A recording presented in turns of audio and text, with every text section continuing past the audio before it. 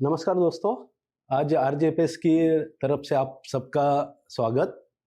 आज एक ऐसे इंसान से हम बात करने वाले हैं जिनका इन्वेस्टमेंट की दुनिया में बहुत ही शिद्दत और रिस्पेक्ट से नाम लिया जाता है और जिनका इंडियन इक्विटी मार्केट का एक्सपीरियंस पिछले 25 साल के करीबन है।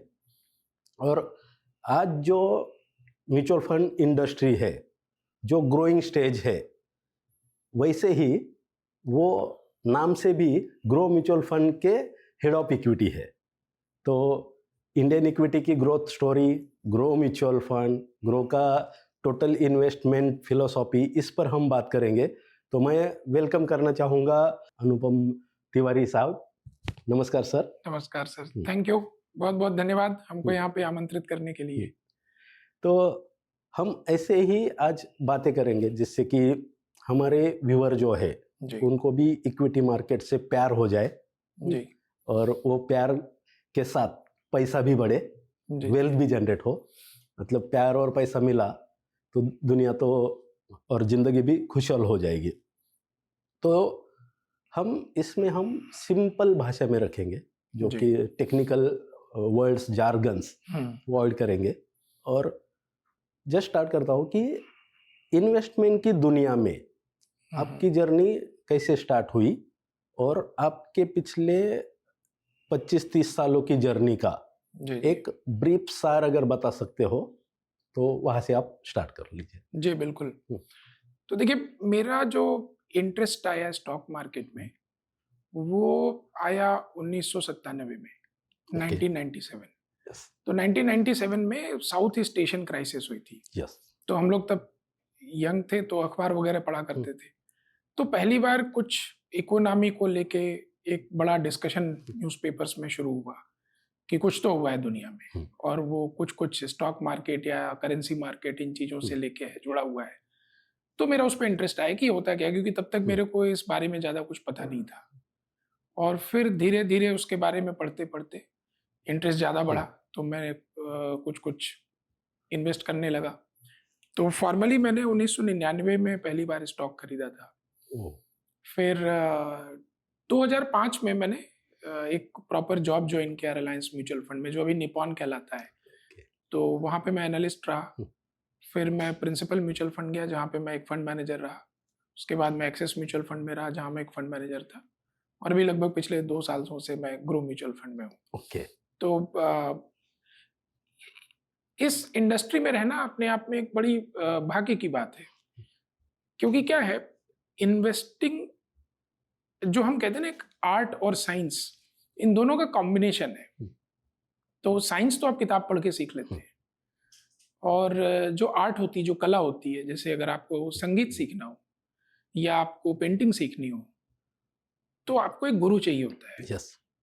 और जब आप इंडस्ट्री में होते हो तो आप किसी से सीख पाते हो, क्योंकि बाहर रह के वो फ्रेमवर्क बना पाना, वो सोचने का तरीका समझ पाना, कई बार उसमें बहुत समय लगता है।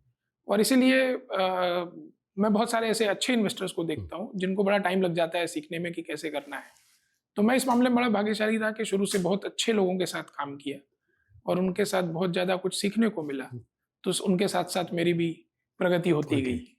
तो जस्ट मैं आपकी जर्नी से मैं अगर कोरिलेट करूँ तो 97 में मैं 12th पास हुआ था, और 12th में मुझे सबसे कम मार्क मिले थे इकोनॉमिक्स में और सबसे ज़्यादा मार्क्स थे पॉलिटिकल साइंस में। तो मैंने as a special subject economics चुना था। कि ये अगर मुझे परेशान करने वाला सब्जेक्ट है तो इसी में मैं पढ़ाई करूँगा। तब आपने एशियन क्राइसिस बोला। फिर 99 मैं 2000 में ग्रेजुएट हुआ। उसके बाद मैंने इकोनॉमिक्स में पोस्ट ग्रेजुएशन किया पुणे यूनिवर्सिटी से, और उसके बाद इसी फील्ड में आया।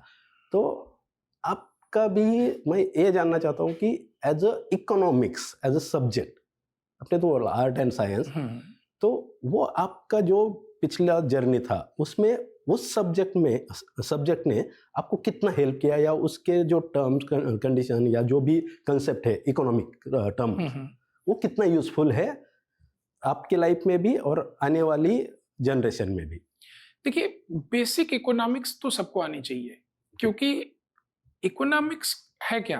हम्म, हम अपने किसी भी ऐसे डिसीजन को कैसे लेते हैं एज एन इंडिविजुअल या कि एज अ ग्रुप, कोई कंपनी या कोई कंट्री जिसमें पैसे इन्वॉल्व हो। सो वो जो डिसीजन लेने का तरीका है, उसका जो साइंस है या उसका जो आर्ट है, वो इकोनॉमिक्स है। ओके। तो हर एक के जीवन में इकोनॉमिक्स असर करता है, अब आप चाहे उसको समझें या ना समझें, वो है। और बहुत सारे लोग बेसिक इकोनॉमिक्स वैसे भी समझते हैं। तो एक बहुत बड़ी थ्योरी है इकोनॉमिक्स की जिसको हम बिहेवियरल फाइनेंस कहते हैं, और उसमें एक टर्म यूज होता है ह्यूरिस्टिक्स। ह्यूरिस्टिक का मतलब होता है थंब रूल। ओके। अगर सिंपल भाषा में हम कहें कि भाई कई लोग बोलते हैं ना ये तो थंब रूल है, कर लो, और ऐसा ही होता है। तो हमारे सोसाइटी में बहुत पहले से बहुत सारे थंब रूल हैं जिनको लोगों ने बना के रखा हुआ है कि अगर घर में कुछ पैसे बचाने हैं तो सोना खरीद लो। ये एक तरह का सोसाइटी में थंब रूल है। तो ये इकोनॉमिक्स है। अब इसके पीछे शायद बहुत सारे लोगों को एकदम कोर लॉजिक नहीं पता है, बट ये प्रूवन थ्योरी है, लोग फॉलो करते हैं। और उसका साइंटिफिक या इकोनॉमिक लॉजिक ये है कि भाई सोना एक ऐसी चीज है, गोल्ड एक ऐसी चीज है जो स्टोर ऑफ वैल्यू है, राइट? तो लोग ले लेते हैं, जो बहुत ज्यादा समझदार नहीं होते, बहुत पढ़े लिखे, वो भी सोना खरीद लेते हैं। तो ये एक तरह से एक इकोनॉमिक डिसीजन है। तो इकोनॉमिक्स समझना, बेसिक इकोनॉमिक्स समझना बड़ा इंपॉर्टेंट है। और मेरे को ऐसा लगता है कि थोड़ा बहुत फाइनेंस, थोड़ा बहुत इकोनॉमिक्स स्कूलों में पढ़ाया जाना चाहिए बच्चों को, क्योंकि हमारे लिए कई बार ये सारे निर्णय लेना बड़ा कठिन हो जाता है। और कठिन इसलिए हो जाता है क्योंकि हमको बेसिक्स नहीं पता होते हैं। हम सीधे बहुत ज़्यादा कॉम्प्लिकेटेड नॉलेज पे जंप कर जाते हैं। हम अखबारों को पढ़ते हैं, उसमें बेसिक चीज़ें नहीं होती हैं, या हम टीवी में सुनते हैं, तो हमारे लिए टफ हो जाता है। और इसमें इन्वेस्टर कई बार या लोग गलत डिसीजन ले लेते हैं। तो ये एक बड़ी इंपॉर्टेंट चीज़ है, और आगे आने वाले लोगों के लिए भी, आगे आने वाले समय में भी ये बहुत महत्वपूर्ण रहेगी। तो इसके बारे में समझना चाहिए, बेसिक समझना चाहिए। जैसे कि मैं बहुत सारे स्कूल में भी जाता हूँ, तो स्कूलों में हमें सब कुछ पढ़ाया जाता है, लेकिन पैसे के बारे में पढ़ाया नहीं जाता। और जो कि जिंदगी हमारी चलने वाली है पैसों को मैनेज करते करते। हाँ, महत्वपूर्ण है बहुत। तो अभी जैसे आपने एक ह्यूरिस्टिक वर्ड बोला, तो वैसे कुछ बायसेस भी एक कोई प्राणी है। Correct correct. तो ह्यूरिस्टिक नाम का एक प्राणी है, बायसेस एक नाम का प्राणी है। तो ये दोनों वर्ड एज अ इन्वेस्टर उनकी जिंदगी में अच्छा बनने में भी और जिंदगी तबाह करने में भी इम्पोर्टेंट रोल करते हैं। तो ऐसे एक दो चार आप एग्जांपल दे सकते हो जहां पर इन्वेस्टर की गलती होती है ह्यूरिस्टिक एंड बायसेस के कारण? तो देखिए, जो सबसे बड़ा जो गलती है वो है फियर एंड ग्रीड। कि हमारे अंदर एक डेनियल कहनमैन करके बहुत बड़े इकोनॉमिस्ट है, एक्चुअली थे वो साइकोलॉजिस्ट, उनको इकोनॉमिक्स का नोबेल प्राइज मिला। तो उनने एक किताब लिखी थिंकिंग फास्ट एंड स्लो, और उन्होंने कहा कि देखिए, जो मानव जाति है वो दो तरीके से सोचती है। कि एक, जो हमारा ब्रेन का डेवलपमेंट हुआ है हजारों लाखों सालों से, जैसे हम इवॉल्व हुए हैं, तो वो हम उसको कहते हैं फास्ट रिएक्शन। कि भाई हमारे जो बहुत पूर्वज थे, पुराने जंगलों में घूमते थे, शिकार करते थे, तो उनका दिमाग इस बारे में ट्यून्ड हो गया था या प्रोग्राम्ड हो गया था, अगर आज की लैंग्वेज में कहें, कि भाई कोई अगर जंगली जानवर दिखा तो भागो। तो एकदम फास्ट रिएक्शन होता है, उसमें आपको दिमाग नहीं लगाना है। या अगर हमने गर्म तवे को छू दिया तो हाथ हटा लो, वो कितना टेम्परेचर है, क्यों है, क्या है, ये हम एनालाइज नहीं करते। और एक हमारा स्लो माइंड होता है कि हम उसको एनालाइज करते हैं, सोचते हैं, समझते हैं, बहुत सारे उसके जो सिचुएशन है उसको अच्छे से एक उसका विश्लेषण करते हैं, एनालिसिस करते हैं, उसके बाद डिसीजन लेते हैं। तो जो फियर एंड ग्रीड है, ये हमारा फास्ट रिएक्शन है। कि ऐसा हमको लगता है बहुत ज्यादा पैसे बन रहे हैं, तो हम लालच में उसमें काम करने लगते हैं, मतलब लड़ो या भागो। करेक्ट। और फिर हमको फियर होता है। तो जैसे आजकल आपने सुना होगा ना, बहुत सारे व्हाट्सएप स्कैम चल रहे हैं।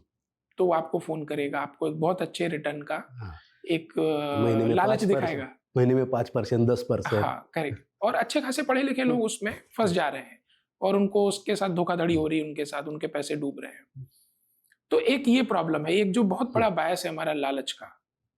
दूसरा है भय, कि हम बहुत जल्दी डर जाते हैं। तो चूंकि हमको अच्छे से समझ नहीं, हमने अच्छे से सोचा नहीं है, तो अगर कोई भी जैसे मार्केट गिरता है, कोई खराब न्यूज आती है, कोई नेगेटिव डेवलपमेंट होता है, युद्ध हो गया, वॉर हो गया, या कुछ हो गया, तो हमको बहुत डर लगने लगता है, और जो हमारा इन्वेस्टिंग का डिसिप्लिन है हम वो छोड़ देते हैं। तो ये एक बड़ा इंपॉर्टेंट जो दो बायसेस है हमारे अंदर, जो हमको कंट्रोल करना बहुत जरूरी है एज एन इन्वेस्टर।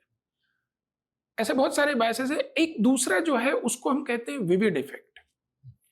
तो जो विविड इफेक्ट है वो ये है कि जब हम किसी व्यक्ति को, जैसे अब आप मेरा ही इंटरव्यू देख रहे हैं, तो ऐसा जरूरी नहीं है कि मैं जो कुछ भी बोल रहा हूँ वो सही है। मेरे भी अपने बायसेस हैं, मैं अपने हिसाब से बोल रहा हूँ। तो हम कई बार लोगों को टीवी पे देखते हैं या हम अखबार को पढ़ते हैं, सुनते हैं, तो हमको लगता है कि ये बहुत ही स्पेशलिस्ट व्यक्ति है और इसकी बात मानना चाहिए। लेकिन हर व्यक्ति अपने पर्सपेक्टिव से बोल रहा है। हर एक इन्वेस्टर की या हर एक व्यक्ति की सिचुएशन यूनिक है और दुनिया का हर थ्योरी उस पर लागू नहीं होता है। ये परमुटेशन कॉम्बिनेशन है।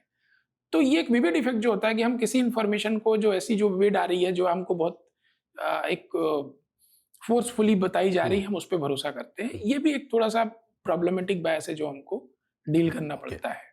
तो ये 2-3 चीजें हैं जिसको हमको, और एक और फाइनेंशियल डिसीजन में एक बड़ा इंपॉर्टेंट चीज होता है जिसको हम एक तरह से कहिए एंकरिंग बायस कहते हैं, कि हमको जो इंफॉर्मेशन पहले मिल गया उसी के साथ हम उस पर एंकर हो जाते हैं, हम उसको अच्छे से प्रॉपरली एनालाइज नहीं करते हैं।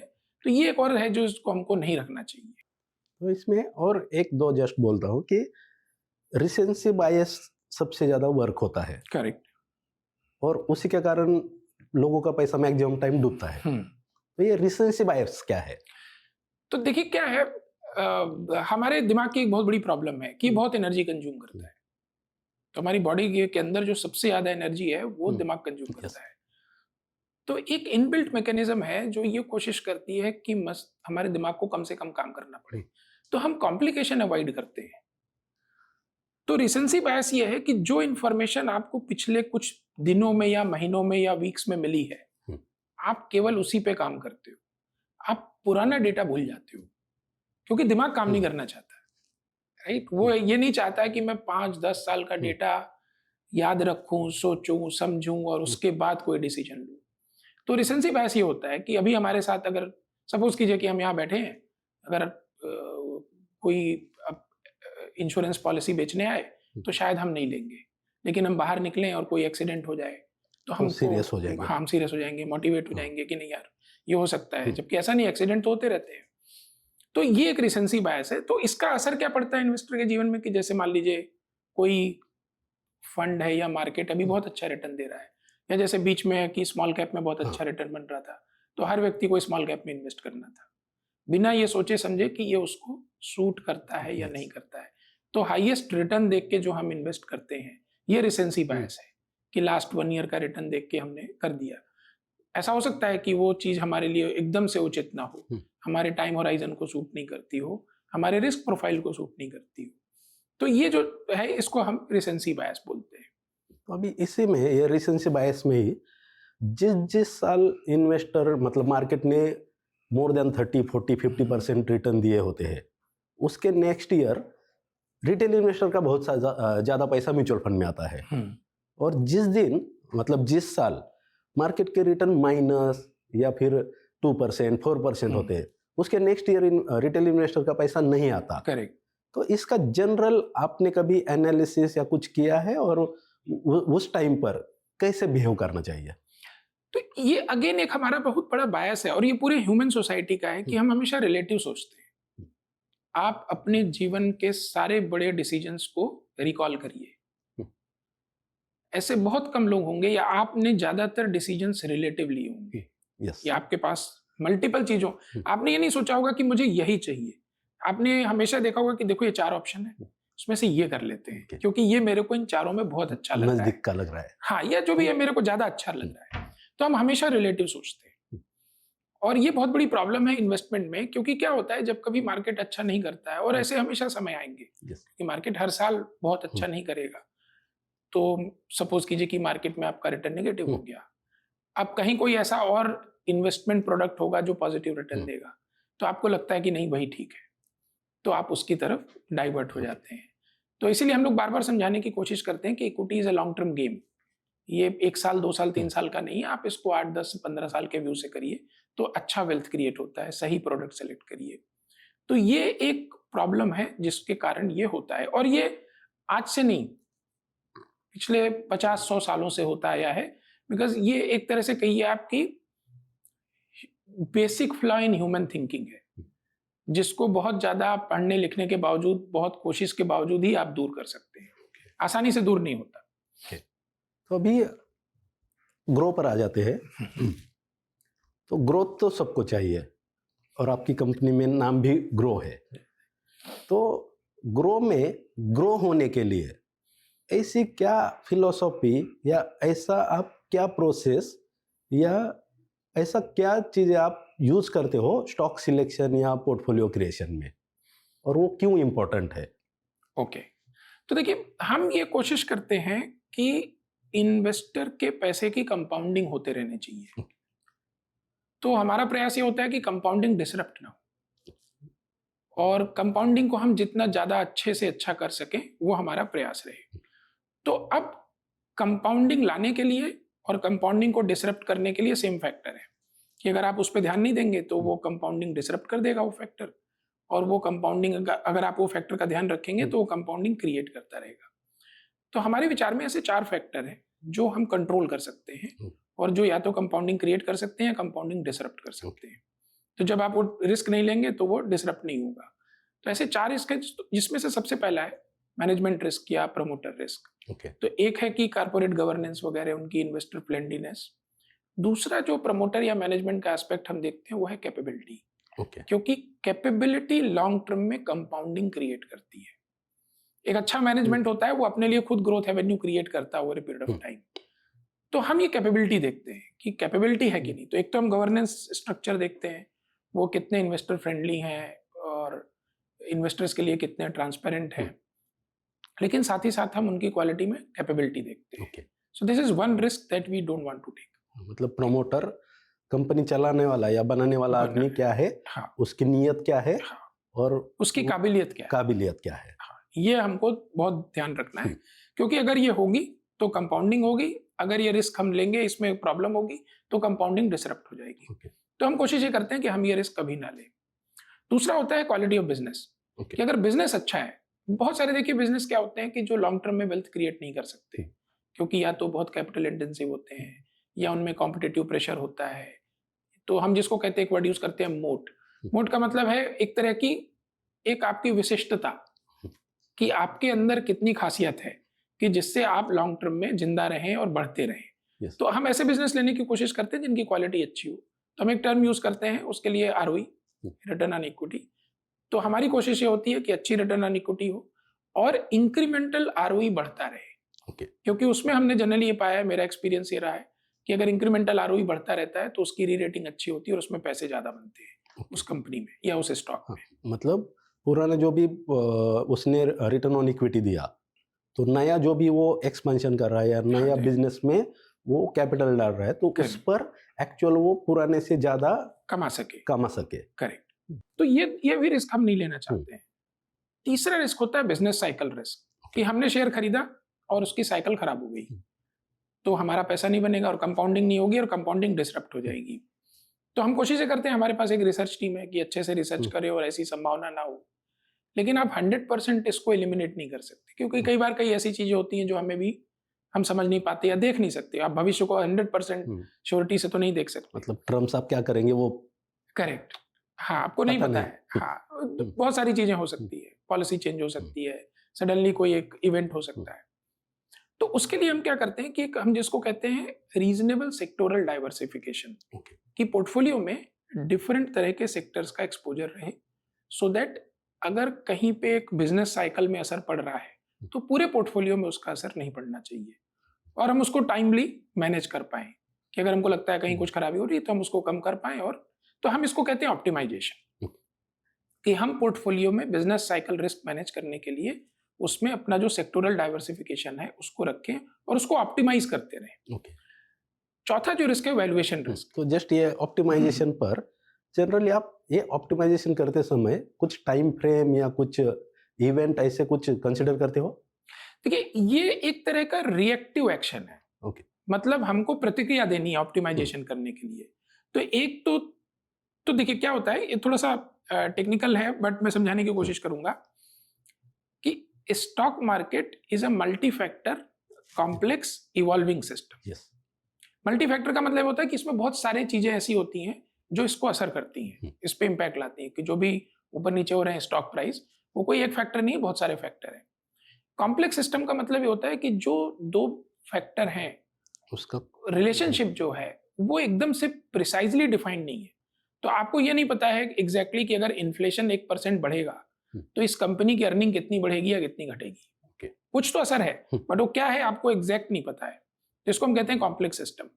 और तीसरा इवॉल्विंग सिस्टम, कि थोड़ा अपना थॉट प्रोसेस चेंज होता रहता है बाजार का, तो आपको बाजार के साथ इवॉल्व होना पड़ता है। अब इन ऐसे सिस्टम को जो मल्टी फैक्टर हो, कॉम्प्लेक्स हो और इवॉल्विंग हो, उसको मैनेज करने के लिए आपको दो तरीके से सोचना पड़ता है। तो अंत में थोड़ा प्रोबेबिलिटी एनालिसिस है, बट एक होता है प्रिडिक्टिव, कि आप भविष्य के बारे में एक थॉट प्रोसेस बनाएं कि भाई क्या हो सकता है, राइट। और उसमें हम यूज करते हैं डायरेक्शनल प्रोबेबिलिटी, हम जिसको एक कहते हैं कि आप ये नहीं सोचते हैं कि एग्जैक्टली क्या होगा, बट किस तरफ क्या होने के ज्यादा चांसेस है ना। तो थोड़ा हम उसको लाइकलीहुड बोलते हैं इंग्लिश में वर्ड, कि भाई what is more likely to happen. तो ये तो एक प्रिडिक्टिव चीज होगी कि आप भविष्य के बारे में एक पिक्चर बना रहे हैं, लेकिन कई बार ये पिक्चर आपकी एग्जैक्ट तो होती नहीं है, वो आप उस पिक्चर से दूर होते जाते हैं, तो आपको रिएक्ट करना पड़ता है। तो जब हम ऑप्टिमाइजेशन कहते हैं तो ये एक रिएक्टिव एक्शन है, कि जो कुछ भी हुआ हमने पोर्टफोलियो बनाते हुए एक थॉट प्रोसेस बनाई कि हमारा प्रेडिक्टिव एनालिसिस ये कहता है ऐसी पिक्चर बनेगी, ऐसी चीजें होंगी, लेकिन बीच में हर्डल आया, कुछ चेंज हो गया, तो अब हम उसको ऑप्टिमाइज करना है उसको, तो हम उसके लिए रिएक्ट करते हैं कि जो भी सिचुएशन हुई। तो इसका कोई टाइमलाइन नहीं है, ये जैसे जैसे डेवलपमेंट होता जाता है वैसे वैसे हम उसको ऑप्टिमाइज करते जाते हैं। तो उसके लिए हम यूज करते हैं अर्निंग अपग्रेड डाउनग्रेड साइकिल, कि जहां पे अपग्रेड्स होने की प्रोबेबिलिटी है या हो रहे हैं वहां पे आप थोड़ा वेट बढ़ाओ पोर्टफोलियो में, और जहां आपको लगता है कि डाउनग्रेड हो सकते हैं वहां पे आप वेट अपना पोर्टफोलियो में कम करो। तो ये रिस्क हम मैनेज करते हैं ऑप्टिमाइजेशन से।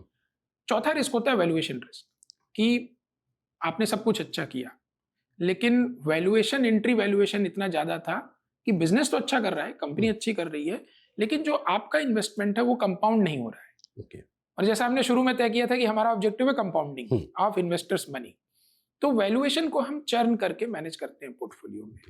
तो हमारा थॉट प्रोसेस ये है कि हम कुछ स्टॉक्स में वैल्यूएशन रिस्क ले सकते हैं, but at A portfolio level valuation risk नहीं होना चाहिए। तो हमारा पोर्टफोलियो ऐसा होना चाहिए जो हमको समझ में आता हो कि ये रीजनेबली प्राइस्ड है at a portfolio level, at an average level. तो हम इसको कहते हैं QGARP, quality and growth at reasonable price. तो एक क्वालिटी फैक्टर हो गया, एक ग्रोथ फैक्टर हो गया और एक वैल्यूएशन फैक्टर हो गया। तो हमारा थॉट प्रोसेस ये है कि अगर हम इन तीन फैक्टर्स को मैनेज कर लें और इनमें गड़बड़ ना होने दें तो हमारी कंपाउंडिंग चलती रहेगी और डिसरप्ट नहीं होगी। तो मतलब ये वैल्यूएशन मेरे हिसाब से सबसे इम्पोर्टेंट कंसेप्ट या प्रिंसिपल या थॉट है, क्योंकि जैसे हम देखते हैं कि कहीं से कोई रोड जाने वाली होती है या डीपी प्लान आता है तो वहाँ की प्रॉपर्टी प्राइजेस जो रियल है 10 लाख के जगह वो 25-30 लाख में बेचे जाते हैं और लोग लेते भी हैं, क्योंकि उनको सपना दिखाया जाता है कि ये 25 का अगले 3 साल में तो डबल होने वाला है। तो मैं जनरली लोगों को पूछता हूँ कि अगर ये 25 का 50 होने वाला है तो बेचने वाला आज क्यों बेच रहा है? करेक्ट, उसको भी पता है तो 3 साल बाद बेचेगा ना। करेक्ट। तो हम हाई वैल्यूएशन पर अगर कोई चीज ले रहे हैं तो वो 10 साल भी उस लेवल पर नहीं पहुंच जाएगी। हाँ। या अभी जैसे मेरा मोबाइल है, मान लो 25,000 का मोबाइल है, अगर वो मैं परचेस करता हूँ 40,000 में, जो कि उसकी रियल प्राइस है 25,000, तो मैं तो कभी प्रॉफिट में रहूंगा ही नहीं। करेक्ट। तो मे बी स्टॉक में भी वैसे ही होता होगा। हाँ, कि एक्चुअल उस कंपनी की वर्थ है 1,500 रुपए, करेक्ट, लेकिन वो प्राइस बढ़ गई है मे बी 2,200 3,000, और मैं सोच रहा हूँ कि ये कंपनी का स्टॉक लेके मैं अमीर बन जाऊंगा, तो मे बी वो नहीं होगा। तो वैल्यूएशन भी सबसे इंपॉर्टेंट है जितना management quality and business quality या मोट है। जी, बिल्कुल बिल्कुल। तो देखिए ये चारों बड़े इंपॉर्टेंट रिस्क हैं। आप इसमें से चारों में से कहीं भी गड़बड़ करेंगे तो कंपाउंडिंग डिसरप्ट हो जाएगी। ओके। तो इसमें से हम कुछ ऐसा नहीं कह सकते कि ये ज्यादा है ये कम है, ये चारों चीजें, तो उसमें वैल्यूएशन भी आता है। और जैसा मैंने कहा कि हमारा ऑब्जेक्टिव है इन्वेस्टर का पैसा कंपाउंड करना। yes. तो सिर्फ बिजनेस कंपाउंड हो उससे हमारा ऑब्जेक्टिव पूरा नहीं होता है। okay. तो इसके लिए वैल्यूएशन बड़ा इंपॉर्टेंट है। अभी तक तो बहुत अपने डीपली और प्रोसेस वाइज सब कुछ बता दिया। तो एक जनरली देखा जाता है कि सिर्फ अच्छे स्टॉक पिक करना हम्म, वेल्थ नहीं बनाता जनरली, करेक्ट, क्योंकि उसमें उसके पीछे सब कुछ ये देखना पड़ेगा। हम्म, तो सिर्फ स्टॉक पिकर बन के मैं बहुत ज़्यादा करोड़पति नहीं बन सकता। कोई कोई बने हैं, लेकिन वेल्थ क्रिएशन में जितना स्टॉक सिलेक्शन वैसे ही एसेट एलोकेशन और बिहेवियर ये इम्पोर्टेंट है। जी बिल्कुल। तो इस दोनों पर एसेट एलोकेशन और बिहेवियर जो लोगों का है या इन्वेस्टर का है, उस पर कुछ आप आपके ऑब्जर्वेशन बताएंगे तो अच्छा रहेगा। जी जी, तो ये आपने बड़ी अच्छी बात कही। देखिए मेरे विचार से भी एक्चुअली स्टॉक मार्केट में अगर आपको स्टॉक पिकिंग बिल्कुल भी नहीं आती है तो भी आप बहुत वेल्थ क्रिएट कर सकते हैं, क्योंकि म्यूचुअल फंड इंडस्ट्री है, फिर उसके बाद AIOPMS है जहां आपको स्टॉक पिकिंग नहीं करनी है। आपके लिए एक फंड मैनेजर है जो करेगा, एक KMC है जो करेगी। और दूसरा क्या है कि लेकिन आपको एक बेसिक समझ होनी चाहिए, जो आपने कहा ना बिहेवियरल ट्रेट्स, Yes. कि चीजें कैसे होती हैं और मेरे को क्या ध्यान रखना है। उसमें सबसे इंपॉर्टेंट है, एक है आपके पेशेंस होना चाहिए, आपको धैर्य होना चाहिए। जीवन में कोई भी बड़ा काम करने के लिए आपके अंदर धैर्य बहुत जरूरी है। तो अगर आपको बड़ी वेल्थ बनानी है तो आपको पेशेंस और धैर्य रखना पड़ेगा, ऐसे जल्दी जल्दी में कुछ नहीं हो सकता।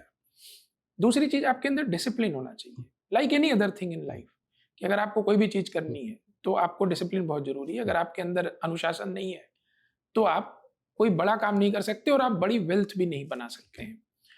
तो ये दो ट्रेड्स बहुत जरूरी है। एक्चुअली स्टॉक मार्केट में पैसे कमाने के लिए बहुत ज्ञान नहीं चाहिए होता है। आप जैसे जैसे स्टॉक मार्केट को जितना ज्यादा एनालाइज करते हैं, और हम लोग को धीरे धीरे एक्सपीरियंस, हम लोग भी जब यंग थे तो हमको लगता था बहुत पढ़ने से, बहुत इंफॉर्मेशन गैदर करने से बहुत अच्छा डिसीजन हो जाता है। बट यहाँ एक्चुअली उल्टा है, क्योंकि यहाँ पे जो हम कहते हैं ना नॉइज वर्सेस सिग्नल, तो नॉइज बहुत है, उसमें सिग्नल 1-2% ही है। और लॉन्ग टर्म कंपाउंडिंग के लिए बड़े बेसिक चीजें चाहिए होती हैं, कि अगर वो 2-4-5 चीजें हैं तो आपकी वो लॉन्ग टर्म कंपाउंडिंग होती रहेगी। इसके बाद सिंपल ऑप्टिमाइजेशन करना होता है। तो एक ये बड़ा इंपॉर्टेंट चीज है कि आप बहुत ज्यादा एनालिसिस, क्योंकि एनालिसिस का एक और समस्या होती है कि आप उसको कितने स्ट्रक्चर्ड वे में समझ रहे हैं। तो जैसे कि ना आजकल सारे लोग इकोनॉमिक एनालिस्ट हैं, सब इकोनॉमिक्स पढ़ रहे हैं, कर रहे हैं, बट इकोनॉमिक्स कोई ऐसी इतनी साधारण चीज नहीं कि आपने 1-2 घंटे सुन के आप बहुत अच्छे से उसको समझ पाए। पूरा साइंस है अपने आप में, और लोग उसको 5-10 साल पढ़ते हैं फिर भी गलत चले जाते हैं। तो मैंने अपने जीवन में बहुत सारे ऐसे इकोनॉमिस्ट देखे हैं जिनने बड़े बड़े प्रेडिक्शन किए और वैसा कभी हुआ नहीं हुआ, और वो सब PhD किए हुए लोग थे। तो ये एक बहुत बड़ा रिस्क है बहुत ज्यादा इसमें नॉलेज गेन करने में, कि आपका नॉलेज पूरा स्ट्रक्चर्ड या सही है कि नहीं। जो दूसरी आपने बात की एसेट एलोकेशन, तो जब तक व्यक्ति, कोई भी इन्वेस्टर अपने एसेट एलोकेशन को अच्छे से नहीं समझेगा तब तक उसकी वेल्थ नहीं बनेगी। क्यों? क्योंकि क्या होता है, सपोज कीजिए किसी के पास 100 रुपए है, अब उसको ये समझ नहीं है कि क्या चीजों को मैं शॉर्ट टर्म के लिए इन्वेस्ट कर रहा हूँ, क्या मैं लॉन्ग टर्म के लिए इन्वेस्ट कर रहा हूँ, क्या मैं मीडियम टर्म के लिए इन्वेस्ट कर रहा हूँ, कहाँ मैं ड्रॉ डाउन देख सकता हूँ, कहाँ मैं ड्रॉ डाउन नहीं देख सकता हूँ। तो वो हर चीजों को जब मिसअप करेगा तो उससे गलत डिसीजन होंगे, कि जो पैसा आपको सपोज कीजिए 8-10 साल के लिए छोड़ना चाहिए था, अब वो आपने इन्वेस्ट तो कर दिया सोच के लॉन्ग टर्म, लेकिन सडनली कुछ फॉल हो गया, अब आप डर गए, तो आपने कहा नहीं मेरे को नहीं करना है, तो आपने वो 8-10 साल का डिसीजन गलत कर दिया। राइट? तो इसलिए जब तक आप सही तरीके से अपनी प्लानिंग नहीं करेंगे एसेट एलोकेशन की, कि ये मेरा इमरजेंसी फंड है, इसको मेरे को इक्विटी में नहीं डालना है, ये मेरे को बाहर सेफ रखना है, ये ऐसा पैसा है मेरा जिसको मैं कम डाउन साइड चाहता हूँ तो उसके लिए अलग प्रोडक्ट है, ये ऐसा पैसा है जिसको मैं बहुत लॉन्ग टर्म के लिए छोड़ सकता हूँ, उसमें अगर थोड़ा बहुत ड्रॉडाउन बीच में होता है, ज्यादा होता है तो मैं झेल सकता हूँ क्योंकि मेरे पास टाइम है। तो जब तक आप ये एसेट एलोकेशन अच्छे से नहीं समझेंगे आपके डिसीजन सही नहीं होंगे। दूसरा क्या होता है कि जब अगर आपके पास एक फ्रेमवर्क नहीं होगा कि ऐसे सोचना है एसेट एलोकेशन के बारे में, तो अगर जब सिचुएशन आपके सोच के विपरीत हो जाएगी तो फिर आप समझ नहीं पाएंगे, सोच नहीं पाएंगे कि मेरे को रिएक्ट कैसे करना है। तो इसलिए दोनों चीजें बड़ी इंपॉर्टेंट है। मतलब मुझे कहाँ जाना है और रोड कैसा है उस पर मेरा व्हीकल फाइनल होना चाहिए। करेक्ट। कि मुझे अगर एक सब्जी मंडी में जाना है तो मैं बस लेके नहीं जा सकता। हाँ बिल्कुल। और जैसे मुझे 500 किलोमीटर जाना है तो मुझे थोड़ी फास्ट कार चाहिए, बैलगाड़ी में नहीं जा सकता। तो अभी आपने एक ऐसा एनालिसिस टूल या ऐसा कुछ सोच रखा है, या ऐसे कि एक शास्त्र जो पढ़ते हैं कि पूरे ज्ञान जो बोलते हैं, धर्मशास्त्र या कोई भी हो, वो शास्त्र वर्ड जो है वो आप कुछ तो एनालिसिस या एनालिटिकल टूल वैसे कुछ आप ये कर रहे हो डेवलप, या वैसे कुछ इन्वेस्टमेंट में लाने की कोशिश कर रहे हो? हाँ, तो हमारा एक थॉट प्रोसेस ये है कि देखिए अभी एक प्रक्रिया जो है कि एक फंड मैनेजर है, वो एक कुछ सोचता है, समझता है, उसके भी कुछ तरीके हैं, एक रूल्स रेगुलेशन है या जो एक साइंस है उसके पीछे। लेकिन अभी भी ये बहुत ज़्यादा डिपेंडेंट है कि फंड मैनेजर कैसे रिएक्ट कर रहा है या वो भविष्य को कैसे देख पा रहा है। उसका एक पिक्चर क्या है फ्यूचर का, क्योंकि हर इन्वेस्टमेंट में कुछ इमेजिनेशन है। यस। है ना? और जैसे हम जब वैल्यूएशन करते हैं तो उसमें एक इमेजिनेशन बहुत बड़ा फैक्टर होता है। हालांकि ये कंस्ट्रेंड इमेजिनेशन है बट है। तो अगर हम एक ऐसा तरीका यूज करें जिसमें हम डेटा ड्रिवन अप्रोच लगाएं, ओके। कि जो रूल्स हैं हम रूल्स के हिसाब से एक सिस्टम डिजाइन करें कि देखिए अगर ये डेटा ऐसा आता है तो ऐसे तरीके से इन्वेस्टमेंट होना चाहिए। ओके। तो उसको हम शास्त्र कहते हैं और इंटरनली हम उसको बहुत सारे लोग फैक्टर बेस्ड इन्वेस्टिंग भी कहते हैं, बट बेसिकली अगर आप कहें तो ये रूल बेस्ड इन्वेस्टिंग है कि आपको इसमें अपना इमेजिनेशन बहुत ज़्यादा नहीं डालना है। वो जो आपको एक रूल आपने बनाया हुआ है पुराने एनालिसिस करके, आप डेटा उसमें फीड करिए और जब वो रूल जिसके हिसाब से आपको आउटपुट दे रहा है उसके हिसाब से आप इन्वेस्ट करिए। तो ये हम डेवलप करने की कोशिश कर रहे हैं। मतलब शास्त्र साथ में लेके चलेंगे तो मे भी एक्सीडेंट होने की प्रोबेबिलिटी कम है जी। तो जैसे हम कोई भी धर्म ग्रंथ लेते हैं, इनडायरेक्टली इन्वेस्टिंग में वो शास्त्र ही वैसे होगा। मेरा लास्ट क्वेश्चन ये है कि आज भारत में 45 नियर अबाउट एएमसीज है, तो इसमें मेरे इन्वेस्टर के लिए या जो डिस्ट्रीब्यूटर देख रहे हैं या जो भी इन्वेस्टर देख रहे हैं, तो उन्होंने ग्रो के साथ क्यों जाना चाहिए? ऐसा अलग आप क्या कर रहे हो और क्या करने का प्रयास कर रहे हो, और उस पर भरोसा रख के मेरे इन्वेस्टर आपके साथ क्यों जुड़े? तो देखिए एक तो हमारा एक ये बहुत बड़ा एक बिजनेस ग्रुप है, तो एक हमारा मेन पेरेंट है जो ब्रोकिंग बिजनेस करता है, और हम अगर आप देखें कि जो in terms of number of customers तो ग्रो इंडिया के लार्जेस्ट ब्रोकर्स में से है। तो एक ये है कि एक बड़ी फाइनेंशियल कंपनी है, तो हम अपने कस्टमर्स के लिए अच्छा करना चाहते हैं और हमको ऐसा लगता है कि हम वो करने में सक्षम हैं।